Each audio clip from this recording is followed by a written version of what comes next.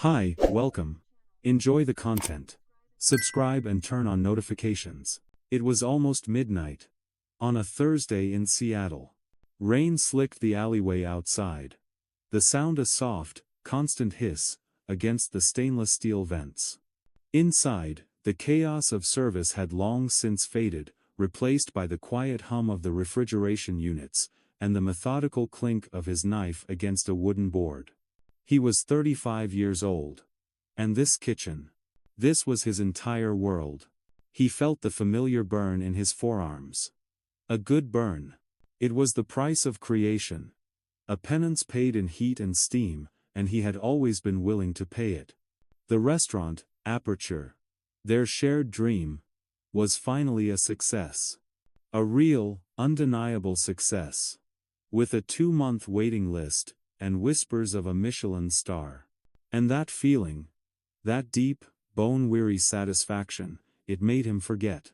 It made him forget the sleepless nights spent perfecting a sauce. The weekends sacrificed to a new menu concept. The years spent pouring every dollar, and every second of his life, into this shared vision. His, and Cora's. Pace becomes slightly more narrative. He had met her 12 years ago. She was 21 then. A business student named Cora, waiting tables to pay her way through university. She had a hunger in her eyes that had nothing to do with food, and a smile that seemed to negotiate the world on her behalf. He was just a line cook then, shy and intense. A man who only knew how to speak through the food he made. He fell in love during their very first conversation, a rambling, after-service talk about ambition and dreams. They married young. Full of plans. They promised to build something together. Aperture had been both of their ideas, born over cheap wine in a tiny apartment. But the record must show, it was always Adrian who stayed until 3 a.m, breaking down primal cuts of meat. It was Adrian who solved the impossible problems of flavor and texture. It was Adrian who turned abstract concepts into a plate of food that could make a person cry. Cora handled the other side. The business side. The pitches to investors. The charming of critics, the management of the front of house. Necessary work, he knew. But it was work done in tailored suits and expensive shoes, over glasses of champagne. His work was done in stained aprons, with calloused hands, and the constant threat of a sharp knife or a hot pan. He couldn't help but feel there was a difference. A fundamental one. Pace slows, becoming more deliberate. He finished plating the experimental dish. A delicate construction of seared scallop and fermented black garlic. He took a picture with his phone, analyzing the composition, the shadows. Perfect. He cleaned his station. The movements automatic, ingrained by 2 decades in professional kitchens. As he wiped down the last steel counter, he realized he'd left his wallet in his old Subaru. He'd need it to pay the taxi home. Cora had taken their better car for a networking dinner, she'd said. It was always a networking dinner. He walked through the darkened dining room. The chairs stacked on the tables like silent skeletons. He pushed open the heavy front door and stepped into the damp Seattle night. The air was cold. And clean. Build tension, short, sharp phrases.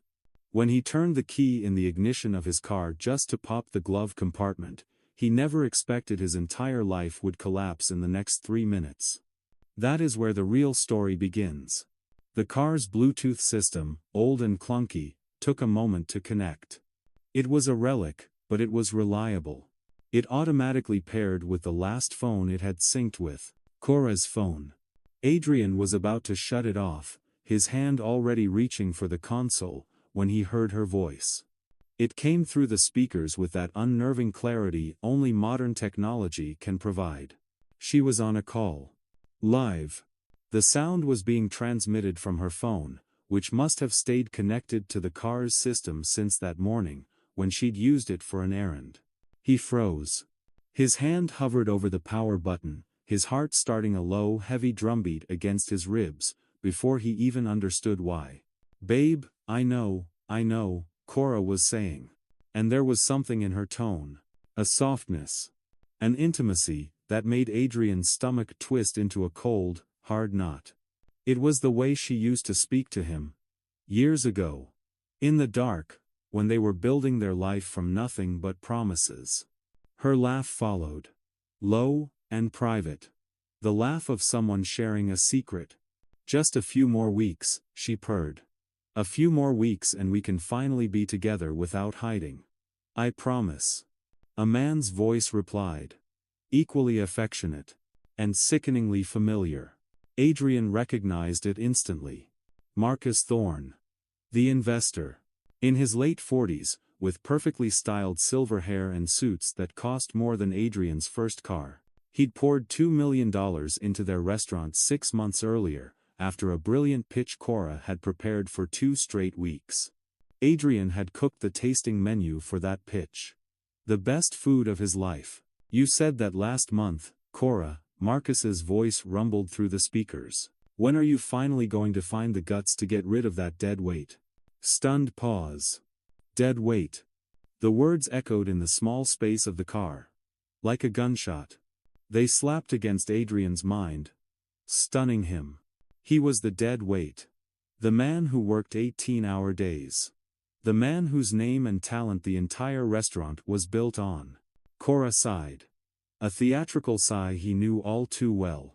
It was the one she used when she wanted to seem overwhelmed and virtuous. Marcus, you know it's not that simple. Adrian is useful, for now. But as soon as we lock in the next funding round, and I finalize those new supplier contracts I'm negotiating, under my name, I can cut him out completely. He won't even know what hit him until it's too late. A cold dread, sharp and metallic, filled Adrian's throat. And what will he get in the divorce? Marcus asked, his tone laced with amusement. 10, maybe 15%. Crumbs, if that. My lawyer, the one you recommended, said that with how I've restructured everything over the past few months, I can easily walk away with 85% of the company. Adrian's just the culinary brain, Marcus. He doesn't understand anything about business or legal paperwork. The idiot signs everything I put in front of him without even reading it. Her next words were punctuated by a laugh. A sound that, to Adrian, was like glass shattering against concrete. He's always trusted me blindly. Like an obedient little puppy. Pacing becomes tight, reflecting internal turmoil. Nausea rose in his throat, hot and acidic. He gripped the steering wheel, his knuckles turning white. How could he have been so blind? Had he really not seen it? Or had some part of him simply refused to look? He dismissed the thought. No. This was a betrayal so complete, so calculated, it defied belief.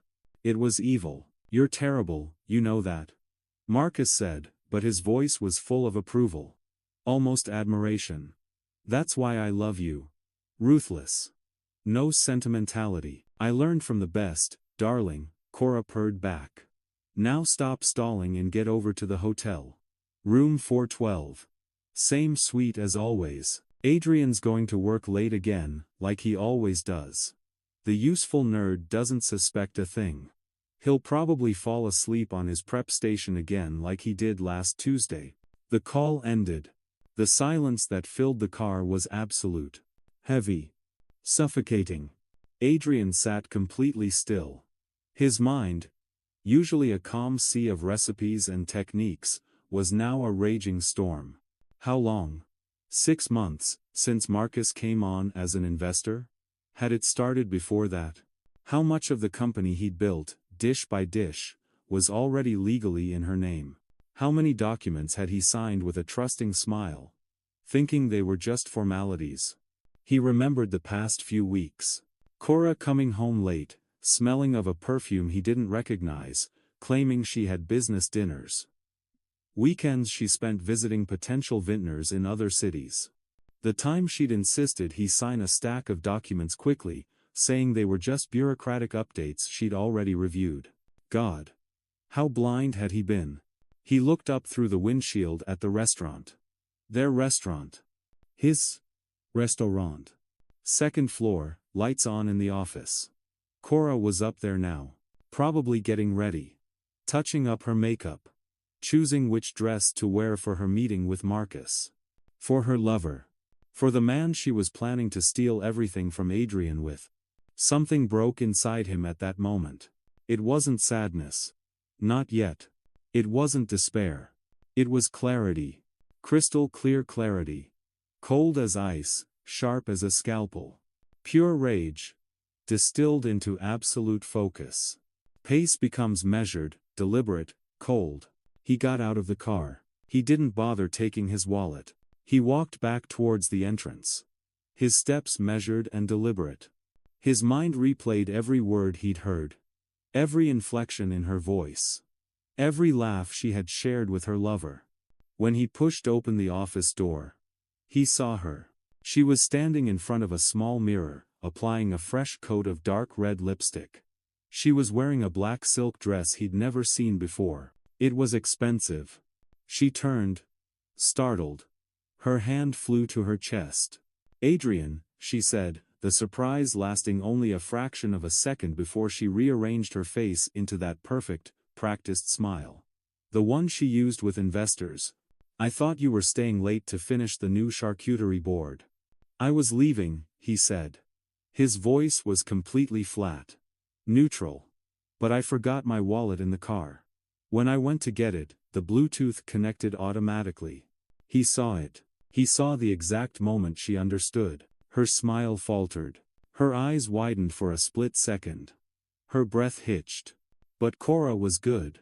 He had to admit that. She was very, very good. The Bluetooth? She forced a laugh, trying to sound confused. Buying time. What about the Bluetooth? I don't get it. You were on the phone with Marcus, Adrian said, stepping further into the room. His voice remained calm, but there was a core of steel beneath it. Discussing how to steal the company from me. How to leave me with nothing in the divorce. How I'm a useful idiot who signs anything you put in front of him. He paused, letting the words hang in the air between them. I heard every word, Cora. Every single word. Her face cycled rapidly through a series of emotions. Shock, fear, anger. And finally, after 5 very long seconds during which she clearly weighed every possible denial, something shifted. The masks fell away. What remained was cold. Calculating. Fine, she said at last. She tossed her purse onto the large oak desk, hard enough to make it echo in the silent room. You want to do this now? Let's do it. No more games. How long, Cora? The question was quiet, but it carried all the weight of their 12 years together. What difference does it make? She snapped, crossing her arms. A defensive posture, but her eyes were aggressive. Will it change anything? How long? Adrian raised his voice for the first time in their marriage. Maybe the first time since they'd met. The sound was raw, torn from his throat. You owe me at least that. How long have you been cheating on me? 6 months. She threw the words at him like stones. Since Marcus showed interest in investing, she took a step forward, her expression hardening. And before you start playing the martyr, the innocent victim, let's be brutally honest here, Adrian. Our marriage was already dead. Long before him. Years dead. He felt something crack in his chest. A physical sensation of breaking. I loved you, Cora.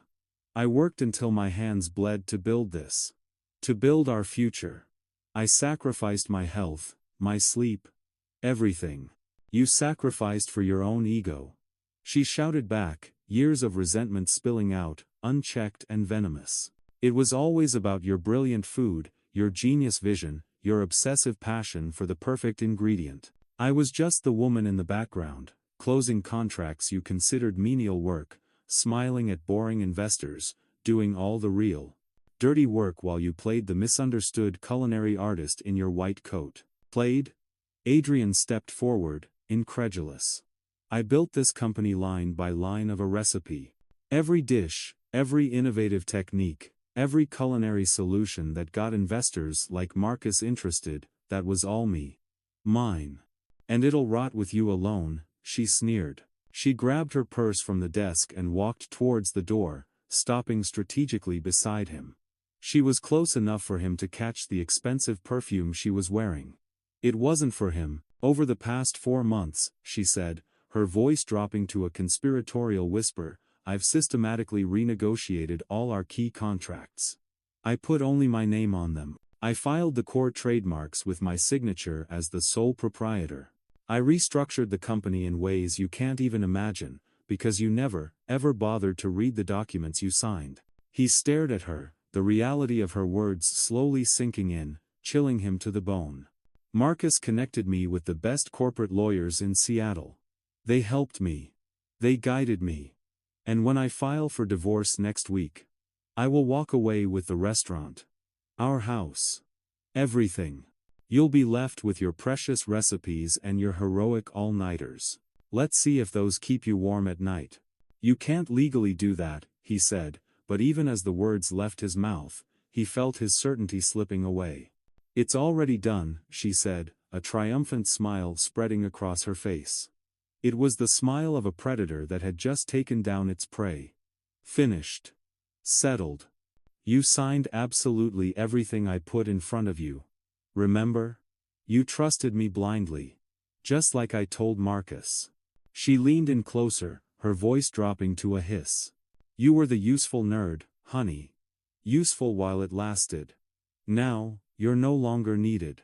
She walked out of the office without looking back. Adrian stood there. Alone. In the space he'd built with his own hands, surrounded by gleaming copper pots he'd chosen. Menu drafts in his handwriting tacked to a corkboard.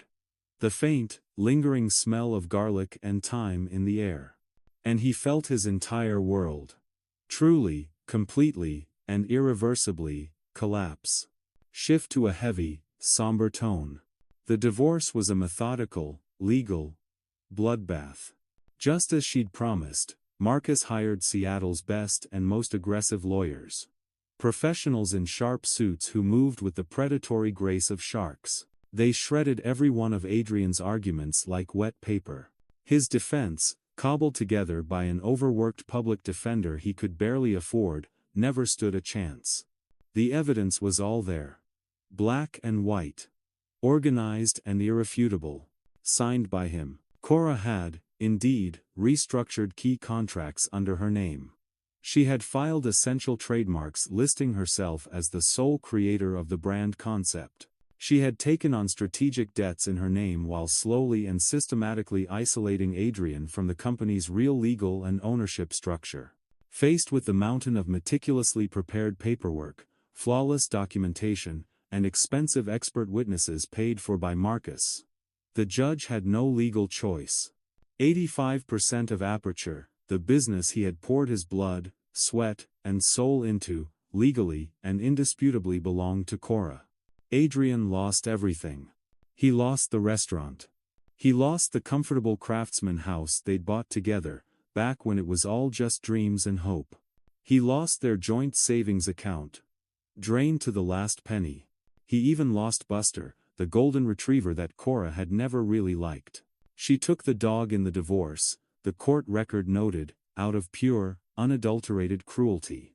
His lawyer said it was a power move.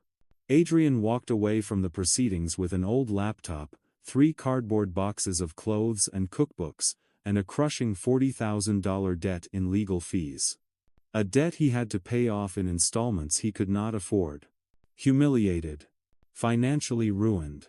Emotionally shattered.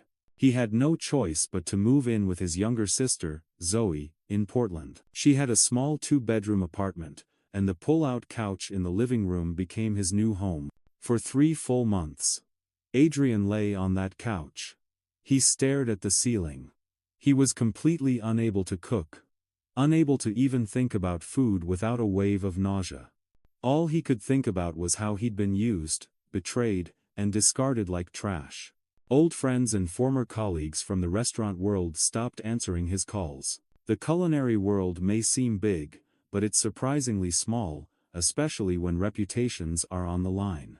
Cora's version of the story spread quickly through industry kitchens and dining rooms. Adrian Vance was emotionally unstable.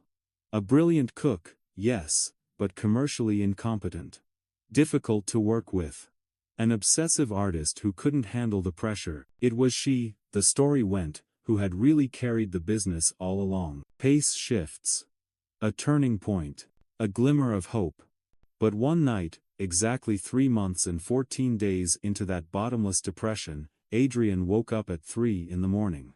He woke with a sudden, powerful clarity. Lying on the lumpy pull-out couch, watching the orange glow of a streetlight filter through the blinds, he understood with perfect sharpness that he faced a fundamental choice. He could choose to wither away there forever. Let the weight of that injustice crush him permanently. Become just another sad statistic of wasted potential. Another burnout chef. Or he could choose to get up. Not for Cora. Not for revenge. Not to prove anything to anyone. But for himself. Just for himself. The next morning, for the first time in months, Adrian opened his laptop. He didn't look for jobs. He opened a blank document. And he started to write down an idea. A concept for a restaurant so small, so intimate, so purely focused on the craft, that no investor would ever touch it. No business partner would be needed. It would be his. And his alone. Pace picks up, becomes a montage of hard work and success. 5 years can feel like both an eternity and the blink of an eye. For Adrian, it was an eternity of fire. He dove into work with an intensity that even Zoe found alarming. She tried to get him to slow down, to go out, to live a little. But he had something burning inside him now. It wasn't just passion. It was a cold, controlled flame.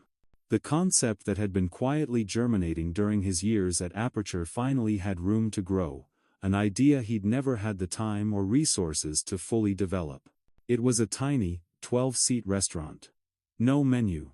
Just a single, multi-course tasting experience that changed nightly based on what was perfect at the market that day. It would be an intimate dialogue between the chef, the ingredients, and the guest. He would call it Hearth. He worked completely alone for 18 straight months. He took on grueling freelance catering gigs, cooking for people he despised, just to scrape together enough money. He poured every penny he saved into the project. No partners. No formal company. No corporate structure. No distractions. Just him, pure food.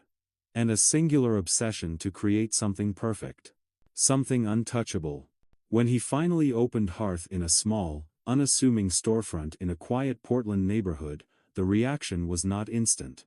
It was a slow burn. A food blogger came. Then a local critic. Then a national one. Then the world noticed. The news exploded through the culinary world like a bomb. Overnight, Adrian Vance was not just back, he was reborn. Hearth received a perfect 4-star review from the New York Times. It was awarded 2 Michelin stars in its first year of eligibility, an almost unheard of feat. Adrian was on the covers of industry magazines. Food and Wine. Bon Appetit. He received invitations for television appearances, keynote speeches at culinary conferences, and desperate pleas from investors begging to help him expand. He turned them all down. He bought a spectacular modern house in the West Hills, with breathtaking panoramic views of the city and Mount Hood. He bought the vintage Porsche he'd always wanted but could never afford. He traveled through Japan and Spain, places that had previously existed only in cookbooks. Most importantly, he meticulously rebuilt his reputation. His dignity. And while Adrian's star rose meteorically, Cora and Marcus plummeted in a freefall. The record needed to show this, too.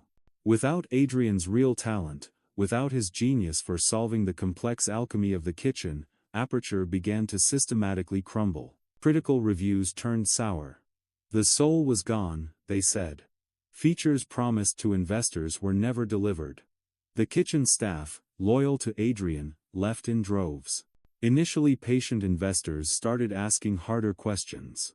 Audits were requested. Financial irregularities surfaced.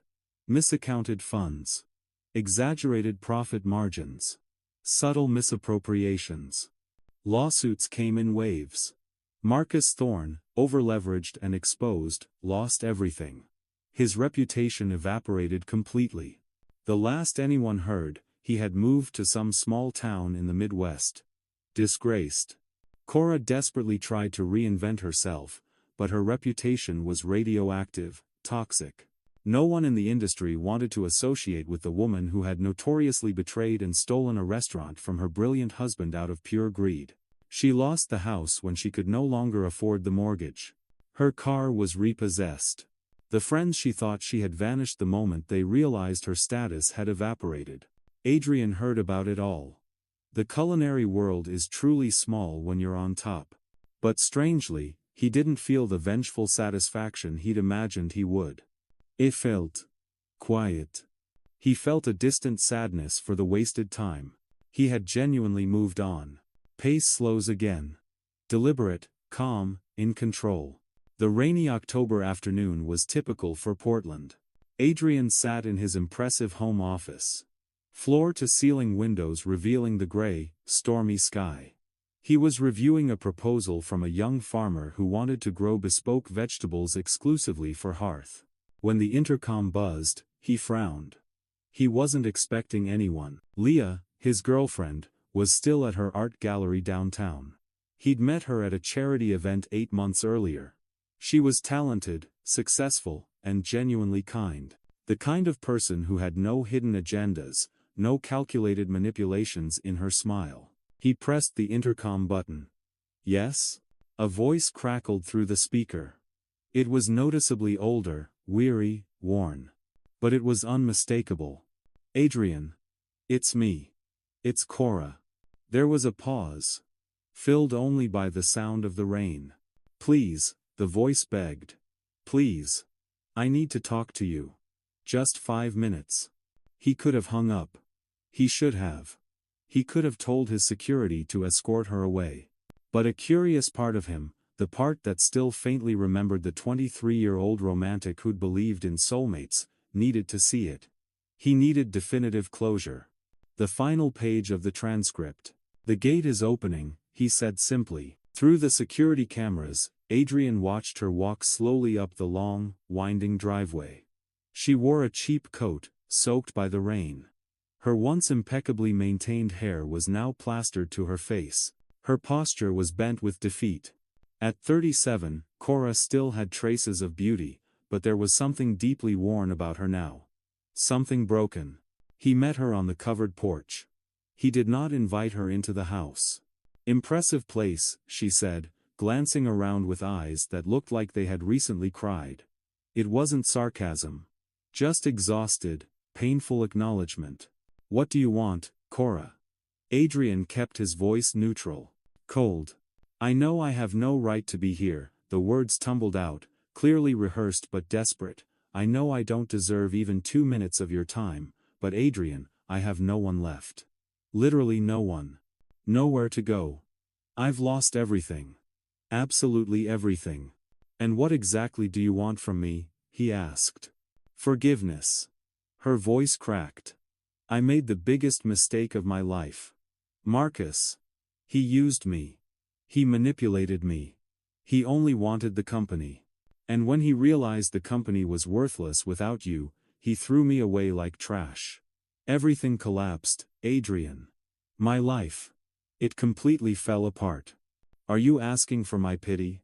I'm asking for a second chance. Tears now streamed freely down her face, mixing with the raindrops. I know I hurt you. I know I did unforgivable things. But deep down, buried beneath all that greed and sick ambition, I really did love you. I still do. Please, Adrian. Can we try to start over? I can be the wife you always deserved. He looked at her. He looked at the woman he had once genuinely loved. The woman who had shared his dreams, who had betrayed him in the worst possible way, who had publicly humiliated him and destroyed him without a shred of remorse. And he felt absolutely nothing. A total, complete, emotional emptiness. Cora, he finally said, his voice perfectly calm and unnervingly firm. You taught me the most valuable lesson of my entire life. You taught me that trust is the most precious and fragile thing between two people. And that when it's broken like this, there's no fixing it. You taught me that some people see others only as disposable tools. As means to selfish ends. So, for that brutal lesson, I am genuinely grateful. Thank you. Adrian, please, I beg you. 5 years ago, he continued, cutting her off, you systematically took everything from me. Every single thing I'd built.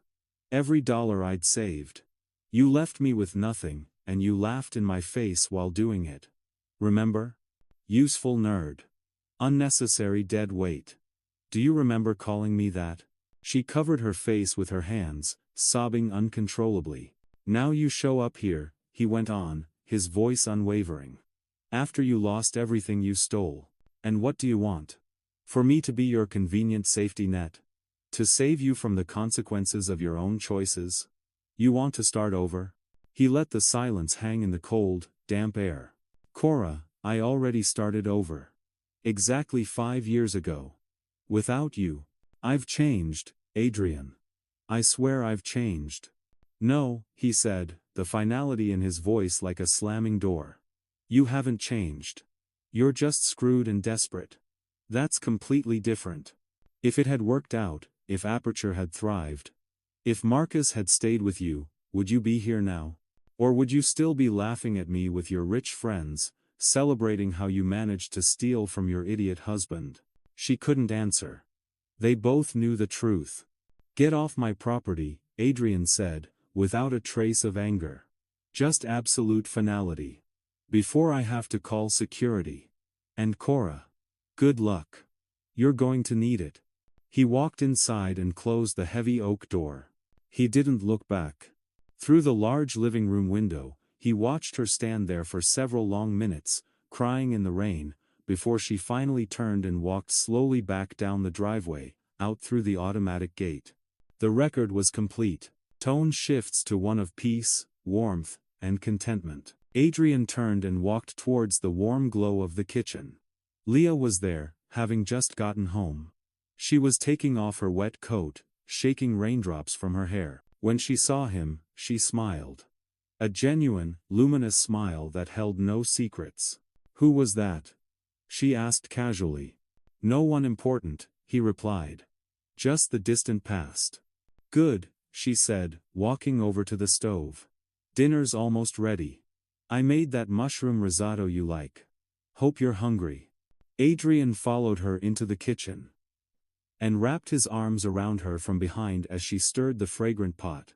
There, in the home he'd built entirely through his own work, with the woman who loved him for who he was, he felt something deep. Something he had never fully felt before. True, earned peace. 5 years earlier, Cora had gotten everything she wanted and left him with nothing. She'd had her cruel victory.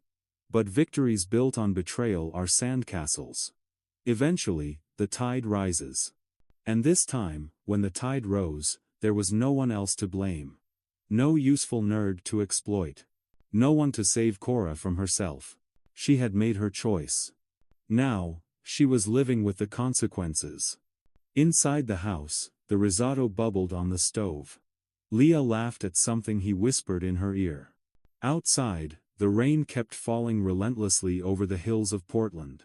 And Adrian, for the first time in 5 long, transformative years, was completely, totally, and deservedly at peace. Clear, concluding tone for the outro. The recording ends. Thank you for watching the video. If you enjoyed it, don't forget to subscribe to the channel. And turn on notifications, so you won't miss any updates. See you next time.